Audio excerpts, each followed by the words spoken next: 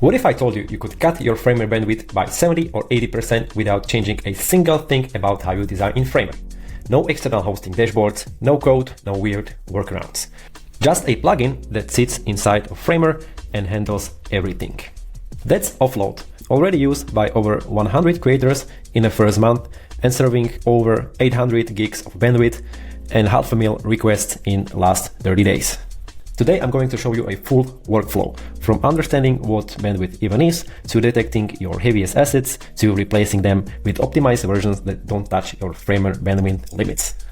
I've also got a special deal for you later in the video, so stick around. Let's dive in. Alright, let's start with number 1. What is bandwidth and why should you care?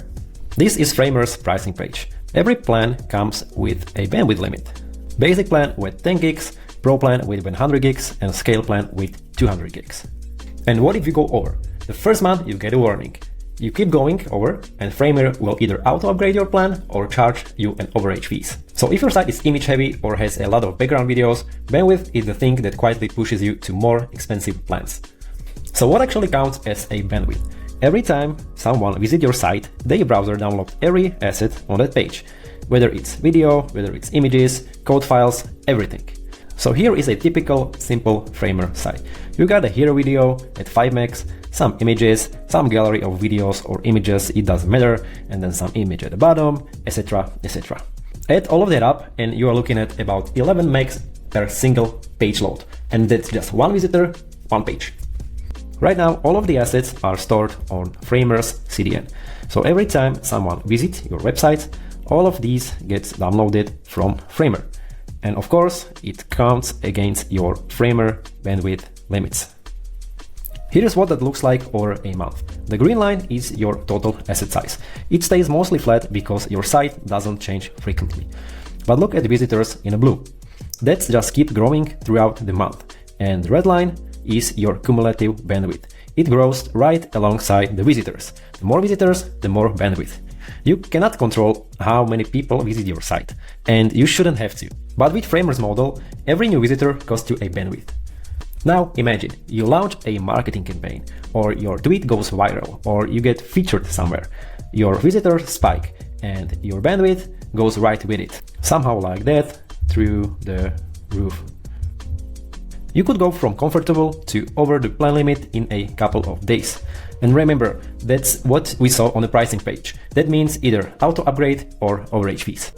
Let me show you this on a real site. This is a Framer template, Scrollix, created by Nasir Nawaz. It's a pretty typical, lot of images, lots of videos. I'm gonna open up a DevTools and go to Network tab and search for Framer user content. That's the domain Framer serves all your assets from. I will clear the request, click on Disable Cache to simulate the first-time visitor and hard reload the page. So on the initial page load, we are already at around 10 megs of assets transferred, and that's the Framer bandwidth. Now watch this number as I scroll. More images are loading, more videos are loading, and the counter keeps climbing. And when we reach the bottom of the page, we are at 41 megs of transferred assets. And if I go to another page, case studies let's say, now more assets are loading and we are at 49 megs. And this is just one visitor, one session and a couple of pages. Multiply that by hundreds or thousands of visitors per month and you will see how fast this adds up. But here's the thing, it matters where these assets are served from. If they come from Framer CDN, it's Framer bandwidth. But if we move them somewhere else, like Offload CDNs, like this, those same assets get delivered to visitors the exact same way, same speed, maybe even faster, same quality, but Framer never counts them. Your bandwidth usage of these assets drops to 0 on the Framer side. That's the whole idea, and I will show you exactly how to do it in a minute. But first, let's figure out which assets are actually eating the most bandwidth on your site. Okay, so now you understand what is bandwidth and why it matters. But how do you figure out which specific assets on your site are the biggest problems? Here are 2 ways to do it. First, if your site is already live and getting traffic, Framer actually gives you this. In your project settings, there is a usage tab, and it lists assets sorted by how much bandwidth they have consumed. So you can see it right away. Okay, this hero video used this much gigs this month. This video used this much gigs. This background image used this much gigs, and so on.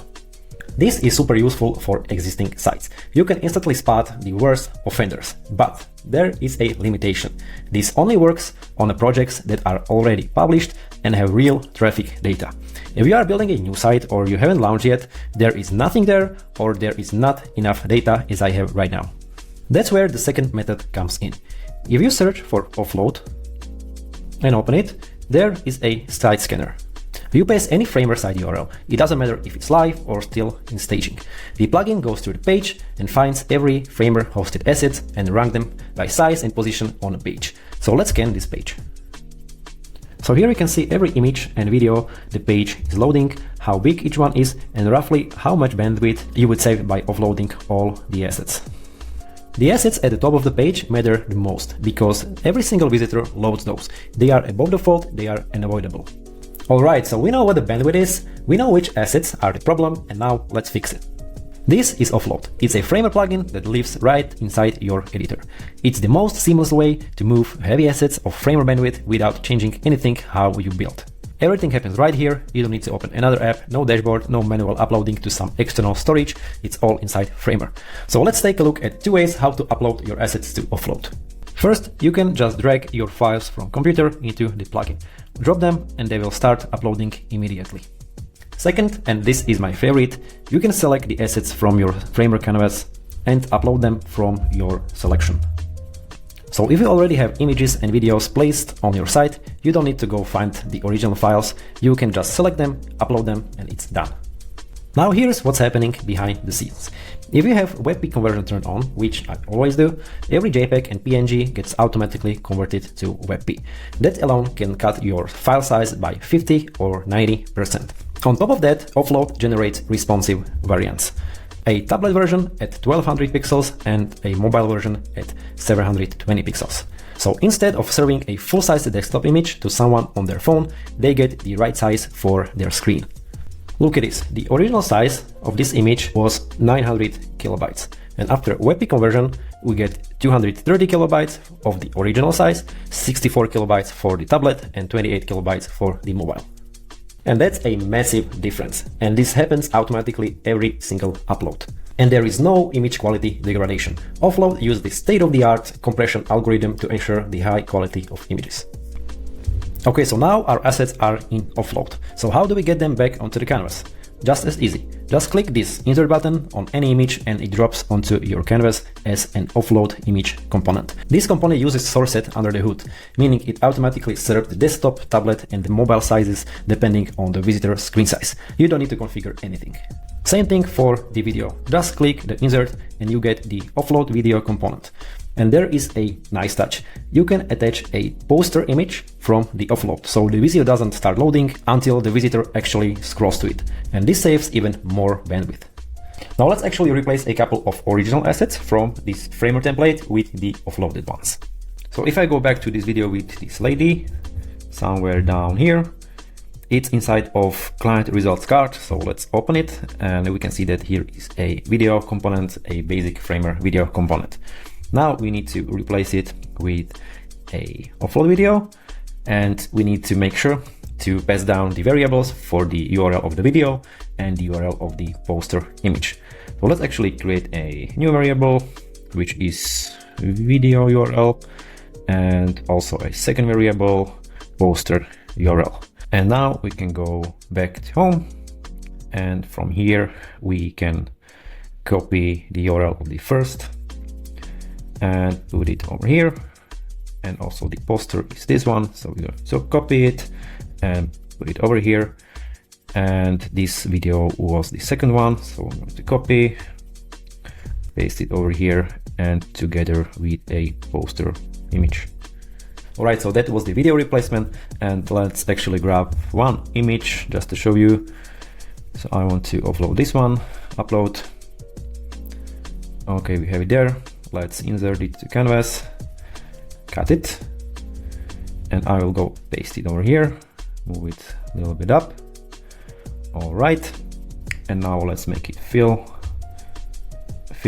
and we can remove the original image. And now we are serving this as a offload image, which is not going to eat a Framer bandwidth. And that's it. The workflow is almost identical to working with native Framer assets. Select, insert, position, done. One extra click. But now none of these assets count against your Framer bandwidth. Now let me show you why the pricing for this makes total sense, because Offload works completely different from how Framer charges you. Remember this chart? This is how Framer bandwidth works. Your asset size stays the same, but as visitors grow, bandwidth grows with it. You cannot predict it, you cannot control it, and if you have a good month, a campaign pops up or a tweet goes viral, you get punished for it with a higher bandwidth cost. And somewhere up here is your Framer plan's bandwidth limit. Cross it and you are looking at an upgrade or an overage fees.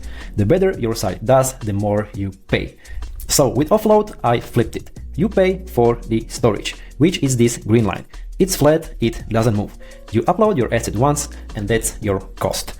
Whether you get 10 visitors or 10,000 visitors or million visitors, your bill doesn't change. Bandwidth is unlimited on every single plan, including the free one. Here is how the plans break down. The free tier gives you 250 megabytes of storage and 25 assets. That's good enough to offload the heaviest assets on a small to medium sites and see real results without paying anything. If you want to try one of the paid plans, I got a deal for you. First 3 months, 50% off with code bandwidth50. The link and the code are in the description. But honestly, start with a free plan. Offload your heaviest assets, see the difference, and only pay if you need more space. Okay, now let me show you one of my favorite features. If your site uses a Framer CMS, this thing is going to save you a lot of time. So if your site uses Framer CMS for blog posts, portfolio items, case studies, whatever, you probably have a lot of images and videos sitting inside of your collections. And every single one of these is served from Framer CDN, counting against your bandwidth. Now you could go through every CMS item one by one, download each one, upload it to Offload, copy the URL, paste it back, but it would take forever. So Offload has a CMS feature that does it all in one click. Inside the CMS collection, open the Offload. It shows you every image, every video, and every file field across all of your items. You can see exactly what's in there and how many assets you are dealing with. In this collection tab, you can offload an entire column at once.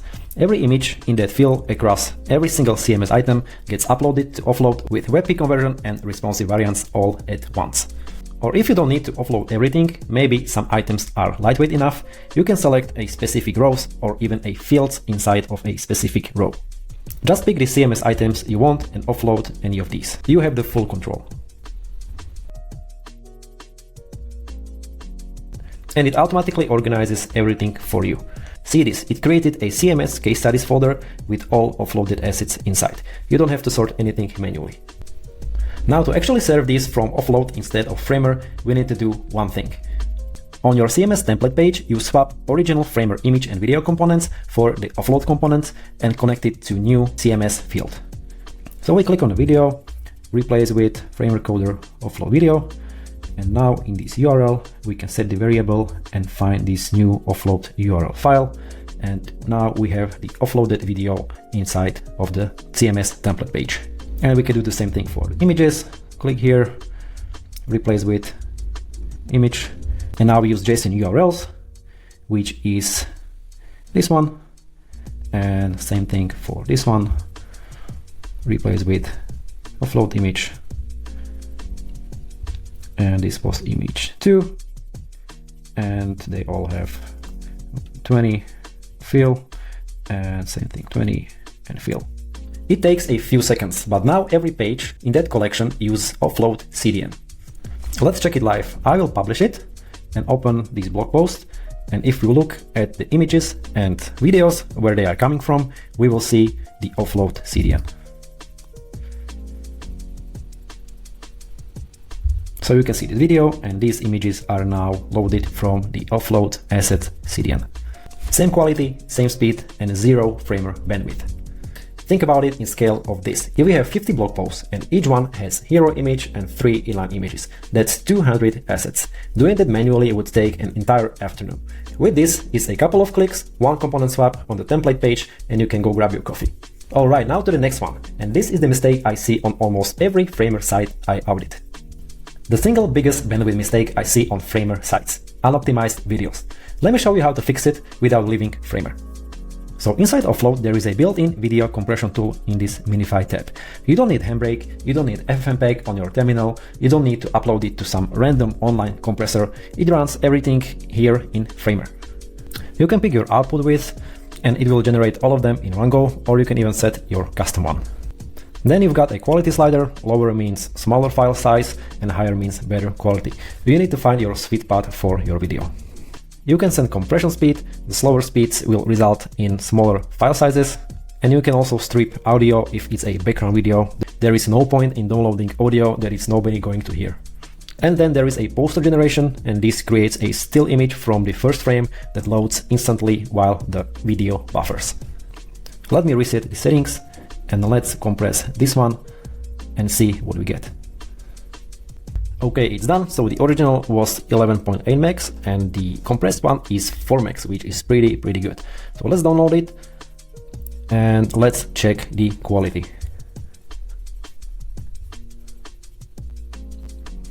Alright, cool. I don't think that I can see any big difference in the quality if we compare it to the original one. Yeah, they are looking pretty same. The important part is to always visually check the quality. If the quality wasn't good enough, maybe you went too aggressive on the settings, you could just adjust the slider and compress again. It takes a few seconds or minutes to iterate until you find the balance between quality and file size, but I set up the defaults to be pretty good. But in my case, the video looks good, so now I'm going to upload it to Offload. And now we can see that video and poster was uploaded, so we can go to Assets, and they are both over here. Now just one click to insert it to canvas, and we can also come to our thumbnail, copy the URL and paste the thumbnail over here. And now we have the video and the thumbnail coming from Offload, not eating your Framer bandwidth. We just went from 11 megs raw video to a compressed, optimized and poster equipped video on the canvas. And we never left Framer. No external tools, no exporting, no re-uploading. The whole flow happens right here. Okay, last thing. If you are working on multiple sites or managing client projects, let me show you how to keep all of this organized. If you're an agency managing 10 client sites, this is where it gets good. You create a folder for each client and all their assets stay organized and separate. So let's say my client is, for example, Nike. I wish. We can create a folder and now we can simply select the assets and drag them into this Nike folder. And you can also drag and drop files right into these folders and they will be uploaded to a specific folder where you drop them. Even if you are not an agency, maybe you are a freelancer juggling few sites, or you just like keep things organized, folders make it easy to find anything instantly as your assets library grows.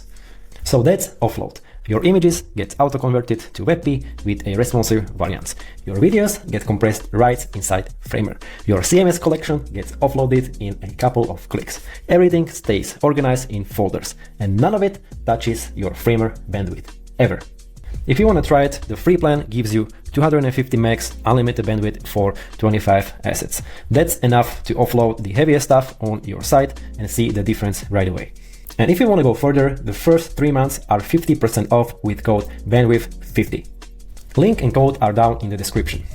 If this was helpful, please hit the like button so more Framer creators can find it, and subscribe if you want more stuff like this. I'll see you in the next one.